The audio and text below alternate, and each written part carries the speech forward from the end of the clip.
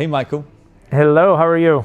I'm good. So I'm going to start with what you just said, which is every time I hear myself, Right. it doesn't sound like me. Yeah. What does sound like you? Well, I don't know. It's not even so much the content. It's more just the quality of the sound. Like I watch interviews. I can't even do it. I don't really like to watch myself on radio or TV at all. It just, I don't know. It just doesn't. I have an inner voice, and what you hear playing in your mind when you're having conversations with yourself, which happens almost infinitely during the course of the day, or when I'm like talking out loud in the vehicle. So what I hear, what my ears perceive as sound is just very different from what I see coming back. Maybe it's akin to when you do a selfie, right? When you look at yourself in a mirror, like it's almost like it's like the mirror image of you and how you look different. Like I think that's my perception of how I sound when I listen to my voice on TV or radio, which I've done a lot over the last 10 months because there's been a lot of interviews and interface with media over the last year. But yeah, I don't know. I don't really think too much about it because it's, it is who I am, and I guess I come to terms with that in my own way. But yeah, there's just a contrast between what you hear and then what your daily experience, teaches you or, shares with you. So. And to that end, you've met a lot of strangers in your life in general, but in recent history, your ability to communicate is fundamental. Indeed. To those engagements. How have strangers helped you improve your communication and learn to speak to people as opposed to, certain people? Yeah. It was interesting. I had a conversation yesterday with a gentleman who was an elected official 22 years ago when I first came to Buffalo, and a lot of people are always surprised when I tell them that I'm not from Buffalo, that I just came here 20 years ago. And he's like, well, who did you know? Like, you obviously must have known people. And I'm like, no, I didn't know a soul. Not one person in Buffalo that I knew, but when I come into a new place, and I've been in a lot of new places in my life, from when I left Erie, Pennsylvania when I was 17, I'm always trying to figure out the lay of the land. So in the olden days, I used to study bulletin boards and, just figure out who's advertising, what's going on, what are people trying to accomplish, what are probably, what's the word on the street. And that kind of is how my experience here in Buffalo evolved. I got off the bus, I landed at the Spot Coffee, which was an independent coffee shop at the time downtown. I studied the bulletin board there. I picked up a copy of the Art Voice, which at the time was the leading arts and culture paper here, and just trying to figure out what's going on. And then I just hit the streets and talked to people, and didn't know if I was going to move to Buffalo or not. But it is one of the things that if I had a character strength, it's just my ability to just talk to anybody at any time about any topic and hear people and engage with people and laugh with people. And I could tell you stories just about that day, about, people hearing that I was going to move to Buffalo and instantly saying, well, let me take you for a tour of the neighborhood, or let me show you my gallery, or just so much enthusiasm by the people and the residents that were here for their place and their open arms. I think every community kind of feels like they're open to the outside world, but I've been in a lot of communities and I never felt like I felt on my first day here in Buffalo. And 4 hours later, I called my mom and said, Mom, I'm moving to Buffalo. And that was 20 years ago. 20 years ago and about a month. So it's always been my primary learning vehicle is, one-on-one engagement with other people.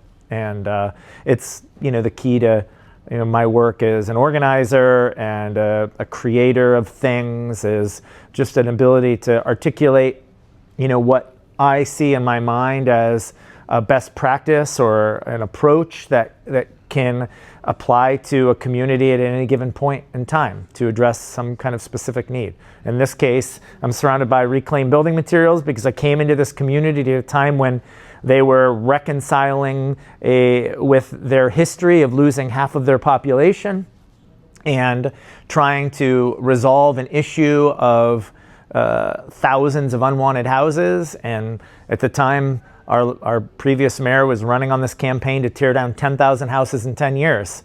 And I was just like, this is insanity. Like just the whole situation. And I've always been one that kind of like sees the potential in a place. Like, what does it have to offer? What are the opportunities? What are the people trying to do? What kind of momentum are they trying to create? Like, what can we do here that's not being done?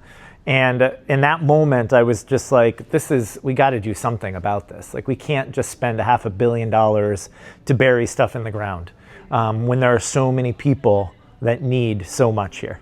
So that's how Buffalo Reuse started, was just with that realization. And that was not my intent for coming here.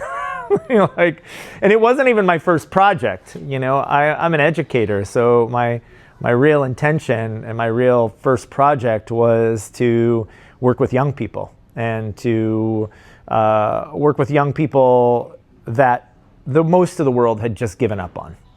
That was always my niche. I'd always thought about kids that are out of school, or kids that dropped out, or kids that have been thrown out, or kids that didn't understand or have an awareness of their own value. And that was the first project that I got to work on when I was here. But very quickly, the reuse vision just monopolized my time. And here I am 20 years later, still grappling with the problem, but we've made a lot of progress. We've done a lot. So it all starts with an ability to talk to people and bring people together that share similar vision and similar values and a similar hope for their community. So. And what about those who don't have similar ideas and similar visions? Well, I mean, I think that I'm not here to convince anybody of anything. I don't care necessarily. I don't think that there's enough room in this world to have differing opinions and differing approaches and differing strategies for how we solve problems. We don't all have to do the same thing. I remember sitting in Buffalo Reuse meetings and just saying, hey, I'm committed to creating jobs. Like, that's what I want to do. If you want to run a volunteer organization, that's great. Go start a volunteer organization. Like, we can work together, perhaps. But like, my focus at the time, the third poorest city in the country, is to create economic activity, to create local investment, to create job opportunities, to build capacity in our workforce, to train and mentor young people that could then go on to have the capacity to, steer their own ship economically. And that's a need here. So, I don't need to convince you. If you want to do something different, go do something different. Like, I'm not twisting your arm. You don't have to be involved. Like, at any point, people can choose to do something else, But the flip side of that is people want to be part of something. They want to be part of energy and a force that is making something happen. And it's why we're still doing what we're doing with a lot of the same people, because those people are committed to a community. They're committed to an effort. They're part of a community that is determined and focused to increase the quality of life for people. And that's something special. We just had our annual Christmas party, or holiday party, if you want to call it, last Thursday. And every year the group kind of changes. We have our core group of staff, but there'll be new people depending on who we collaborated with that year, or if there were new customers or new collaborators or new employees or whatever. But there's still this core community, and it's a force. And I think that if you look at all of the ills that we struggle with as a society, if you go back to like what went wrong, or why is this problem such an issue? My feeling is that it has to do with a lack of connection, a lack of community, a lack of purpose in people's individual lives. And everything that we've done in Buffalo over the last 20 years has been about creating that and inviting people to participate, not forcing people, not trying to convince them, not trying to twist their arm, but just doing something that is impactful, that makes a difference, that delivers a service, that adds value, and inviting people to be part of the solution. And I think that's always been how we've rolled. We had, in the early Buffalo Reuse days, it was about, we had a mantra, it was like, dream it, do it. And, if you have an idea, show up and let's try it, and Cassandra was all about, just show up, like just be here. Like, because that if you just show up and you contribute and you're part of something, like we're 90% of the way there, and that's just been, kind of our philosophy for action. When we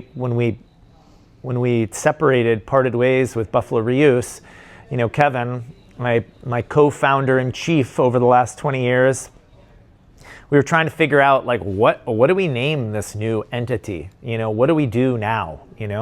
And I had some crazy idea, and he just said it should be Reuse Action. Like, we're all about just starting and doing things, and that's where the name came from, and that's what we've been doing ever since. There's a lot of power in words. Yeah, and action, I mean, there's plenty of people that have ideas, and plenty of people that like have things to talk about, but we're rubber meets the road people. We're happy to talk about it. We're happy to process it, but we're not going to just wait around until somebody drops some money in our lap to get started. Like, we started Buffalo Reuse going through projects that were about to get demolished and salvaging stuff and throw it in the back of our personal pickup trucks, and we picked up a warehouse that we were renting for $500 a month downtown, and we were selling stuff on Sundays to the community. And it evolved. Then we got some money from the state and some local foundation support, and then we didn't need any other support because we had community support. And it was all from earned income. Coming back to you at the center of it as the kind of the person instigating it. So how did you, as a person, navigate all of this? Because there's the logistical and practical elements of it, but there's also the emotional elements and the human elements of it. Like, as you've gone through these stages, how have you ensured that you've continued to grow as a person alongside all the work you've been doing? Well, growing as a person, I think, starts with, for me in particular here in Buffalo, but in other points in my career too, when I really stumbled and was challenged the most, it was because I wasn't listening to what was happening around me. I wasn't listening to my superiors. I wasn't listening to my coworkers. I was just kind of doing and reacting from my own personal space. So, when I came to Buffalo, I didn't know anything about this place. So I was very sincerely interested in the history and what had happened before I was here, and really tuned into and wanted to engage and mobilize people that had a passion for this before I showed up on the scene. That's how I met Kevin. That's how I met people from the Allentown Association and from the preservation community. All these people had been engaged and talked about this idea before, but just were unable to basically create overcome the inertia. So, but me, it was about that. It was about listening to those people and listening to those conversations and weighing that against my own life experience and what I believed to be my purpose for being here. And, when things in my life, I found that when things just kind of effortlessly roll out in front of you and you kind of feel like you're just steps behind the roll of the red carpet as it's going down the aisleway, it reinforces this feeling inside of you about what you're supposed to be doing at that moment in your life. And almost every place that I've been, I've had that type of experience, but never was it as clear and profound as it was here in Buffalo, particularly in the first 3 or 4 years I was here.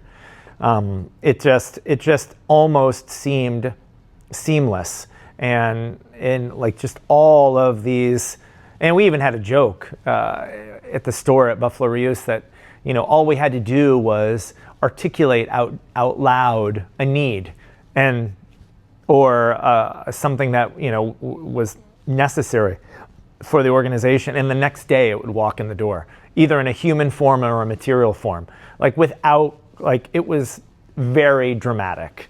We used to joke about it. It was so, it was so unusual and inspiring, because it just fueled us every day. We'd be like looking at the holidays coming and be like, oh God, I don't know how we're going to get through the holiday season financially. And then we'd get a call, oh, the convention center is pulling out 40,000 square foot of carpeting. And then we would literally sell every square foot of it over that weekend. And we'd be awash in cash for a week, to cover payroll and insurance and all that kind of thing. So it was those types of experiences that remind me or encourage me to just keep going and trusting. Like for me, it's always, and I think for a lot of people that are doers and starters and entrepreneurs and innovators, is that at the end of the day, at some point you need to start, and at some point you have to just trust that if you work hard enough and you do enough and you cover as many bases as possible, that it's going to work out. And we got through a recession, right in the middle of starting Buffalo Reuse, and I attribute it to that belief. And that trust also in the other people that were around me.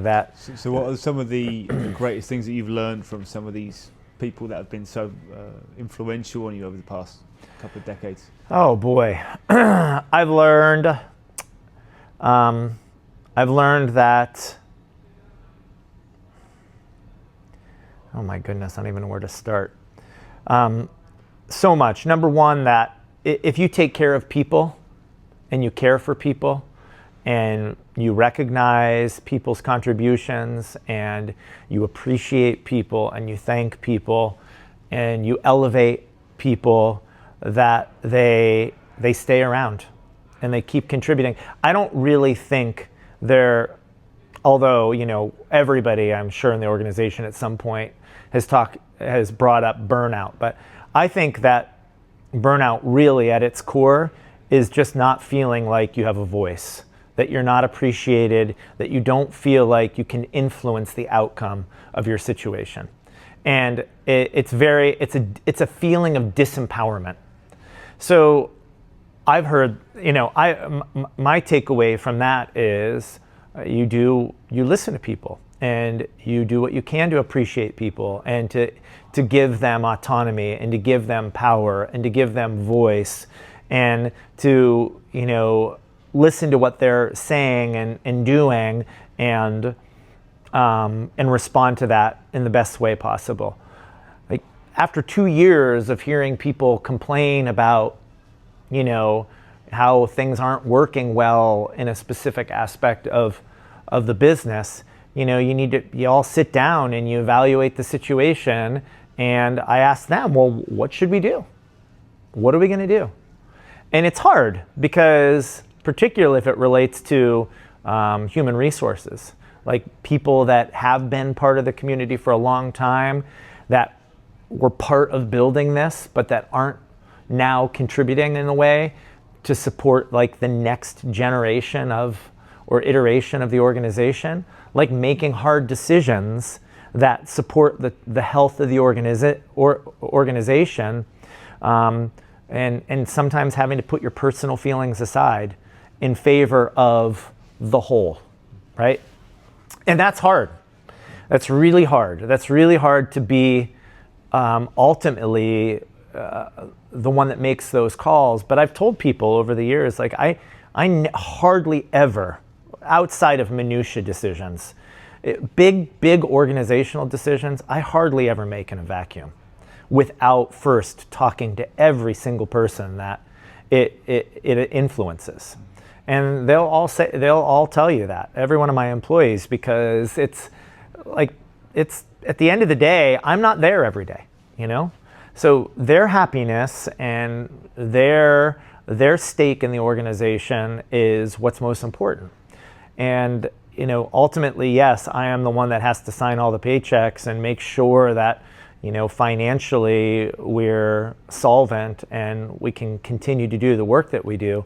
But I also know that if people aren't happy, if people aren't feeling fulfilled, if people aren't feeling like engaged in the process, it's all going to come tumbling down. And we experienced that during COVID. You know, I had a lot of people that came to me and said, I want to come back, but, you know, I've been living at $1,000, $1,100 a week. And, you know, I'm not going to walk away from that. So we had to look organizationally at what was possible in terms of wages, what was possible in terms of time. And that's when we made a decision to go to a 4-day work week, because time for all the laborers, for all the physical laborers in the company. So all the people that do demolition every day, all the carpenters that are building every day. And it was a transformation. It was a transformation in people's quality of life, their quality of work, their peace of mind, their morale. All of these things were transformed overnight. And yes, they were getting paid less than they had been but they were getting enough to live, and they were getting all of this time that they didn't have before. Which is the most valuable thing. It was the most valuable thing. Just because you mentioned the pandemic, one of the silver linings of the pandemic was that it gave so many people this opportunity to pause and reflect on what was important in life. And with that in mind, so what is most valuable to you in life as a person? Well, I mean, it changed in 2014 because I had a child. So you know, you think about things, you think about the world differently through that lens. Because now you're not, I mean, I'd always had kind of a perspective of community, you know, and caring for the common good and you know, kind of the forgotten members of our culture and our society. But, you know, when you have a child, it really does put things in perspective in terms of, you know, what a child's experiences, what families' experiences are, you know, what people really need or really care about, you know. And for me, like, after I had my daughter, like, the only thing I really cared about was spending time with her.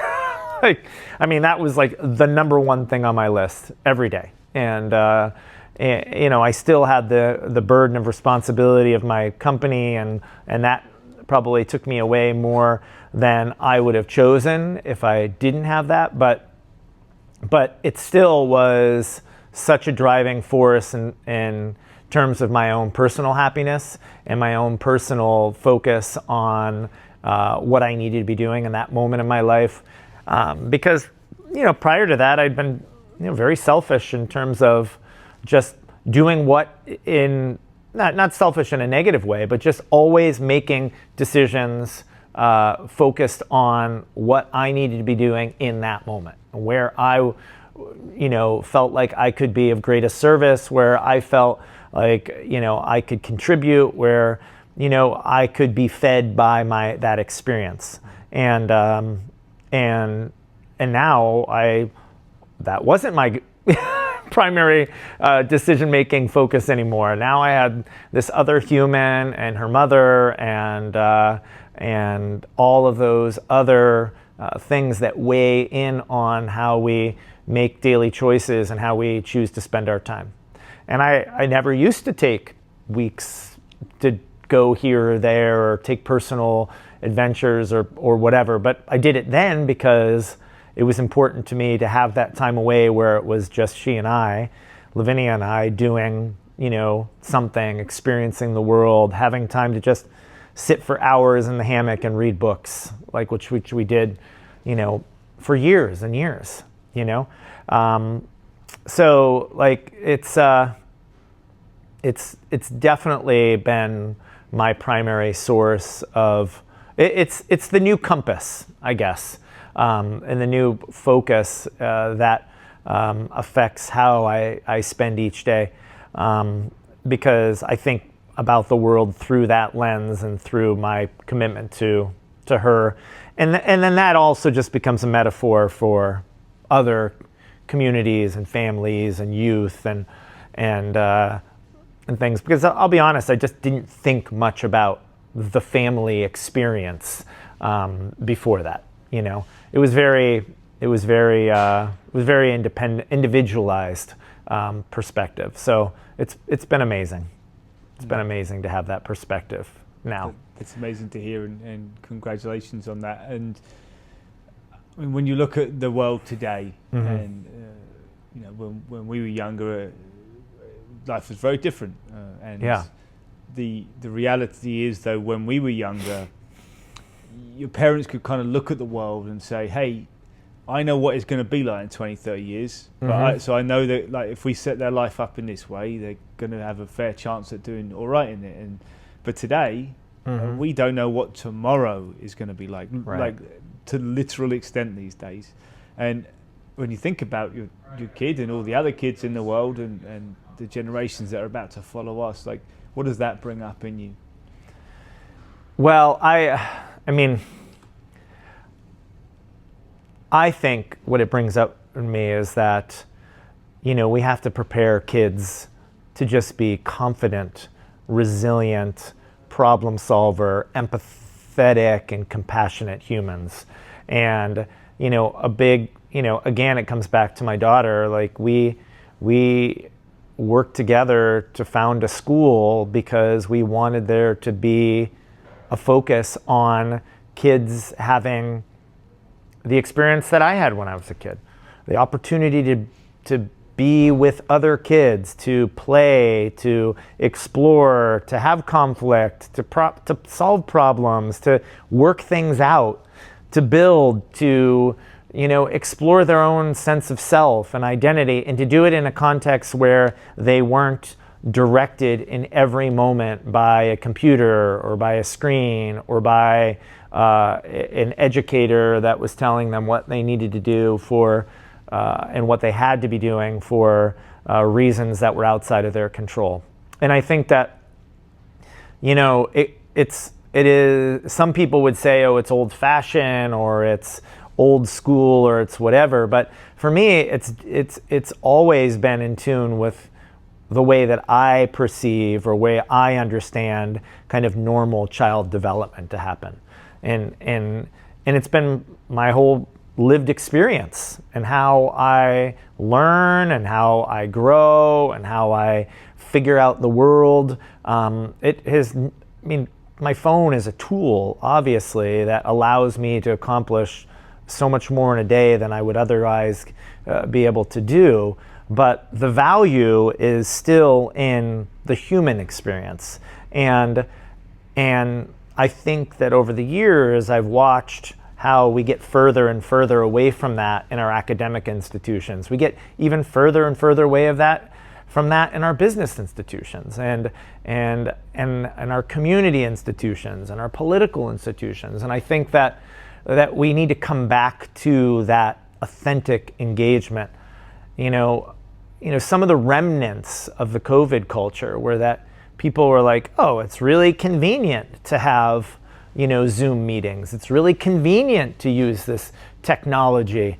And in some ways, it brings more people into the fold and more perspective. But I don't think that anything can replace or take the place of the in-person human interaction that you get from bringing people, having a potluck, having a parent teacher conference where everybody is there and people are sharing, and it's not always easy. I mean, in fact, it's probably a lot harder to have that type of engagement with people it's a place where you need to be vulnerable, where you have to be honest, you have to be held accountable, and that's hard work. But I do believe that that's the hard work that we need to embrace in order to bring an authenticity and a commitment to community and an understanding, I think, of the human nature that really creates a uniqueness and something special for our communities. And I've experienced it through Rainbow House. It's our school that we created. It's Rainbow House Community School, and it's parents and kids and nature and outdoors and exploration. And in the context of all that, there's plenty of conflict, but it's conflict that's directed and has a purpose, and that is helping young people and adults figure out how to get shit done in life. How to grow as a human being, how to respond to difficult situations, how to solve problems. And I think that's where, if we have that foundation, it doesn't really matter what tomorrow brings, because then people are prepared and they're nimble and they're self-assured and they're confident and they're creative. And they have all of these building blocks to deal with whatever comes at them next. And for me, that is the only goal of education, is to, and I think it should be, I don't even want to say of education per se, of being human.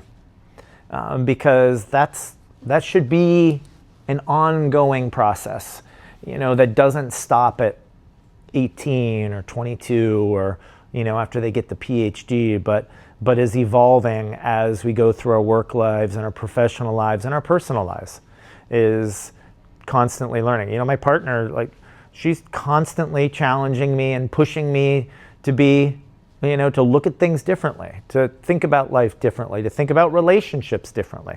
And I'll be honest with you, I think about romantic relationships very differently,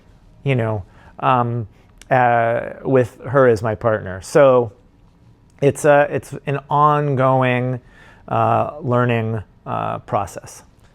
So my summary from all of that is be curious, be adaptable, resilient, hardworking, learn to solve problems, and all of these things I agree with. My sense of the world today is that the day of the expert is over. We are in a moment where if you can do a lot of different things and you can navigate life well, I think you have a great chance at doing well in life. And if you don't and you limit yourself, in trouble. So it's nice to hear that that's your philosophy on it and your perspective, and a great place for us to end. Thank you. And before we do, give you an opportunity to ask me a question, or if you want to share anything else that you wanted to share, you didn't get a chance to. Yeah, I think that it's what I'm constantly reminded of is that the information, and this goes all the way back to my, my educational philosophy too, when I was in, undergraduate, was that the information, and now more than ever, we are just inundated with information. But that is such, and still our educational institutions are focused, right, with the acquisition of information. And yet I don't need information or I should say that the information is really, it's really useless to me if I don't have the tools to apply it in meaningful ways. If I am not able to look at information and discern from that information what's valid or useful, or information that has integrity or care for the world, for me, that is so much further down the priority list, and yet culturally and societally, I don't think that we have adjusted to the fact that we have to just grow good humans. Humans that have integrity, humans that think about people and planet and self. Of course, it's a really important aspect of it. And people that are able to negotiate relationships and build community and prioritize and value health and humanity and compassion, all of those things, like those for me, like and I tell this to our educators at our school. I said, my only goal for this school is for us to raise joyful humans.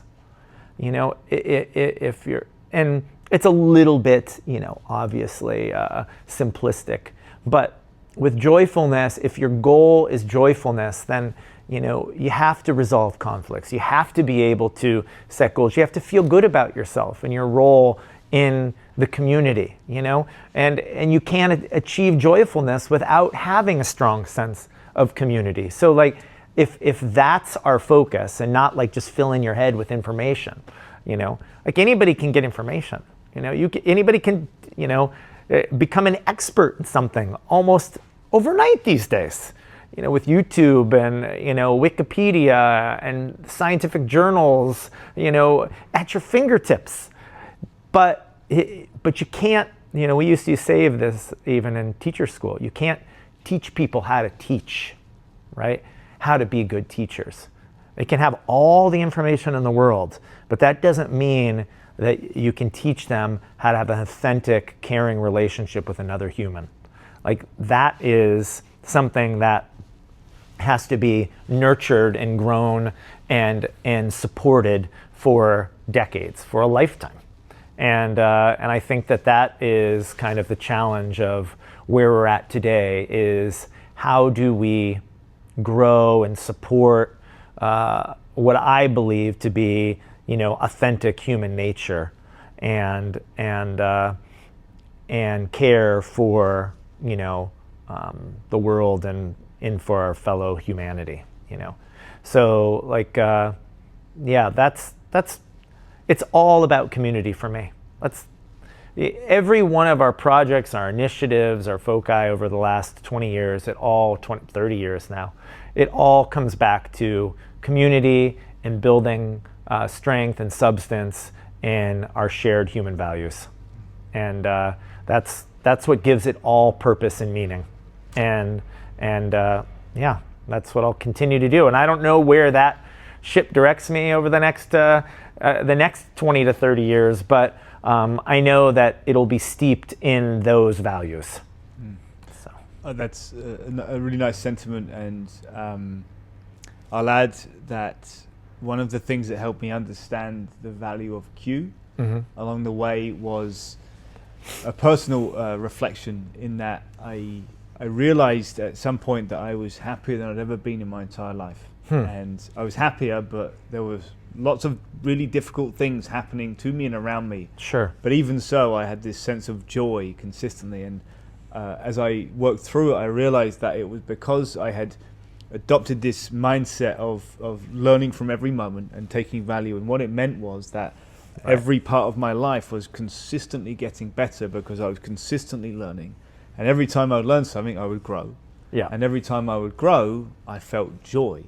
Right. And so if I'm doing that consistently, like that's the joy to me. And also it's this purpose almost, right? There's like, there's purpose sure could be one thing, but for me, my purpose is waking up every day and just trying to maximize the value of every moment. And that purpose drives me towards results and towards this action. And so it's a nice sentiment. And I would completely agree that teaching people to develop joy through growth and through learning is so incredibly important. And the very simple analogy of the other thing you said, I'll say, is you can teach a man to fish. You give him a fish or teach him to fish, right? And we need to teach people to fish. You can't keep giving people fish because they're going to starve very, very quickly, especially in the modern world. So, but with that, thank you so much. This has been so interesting and nice to get to know you, and thank you. Appreciate it. Thank you so much for the opportunity.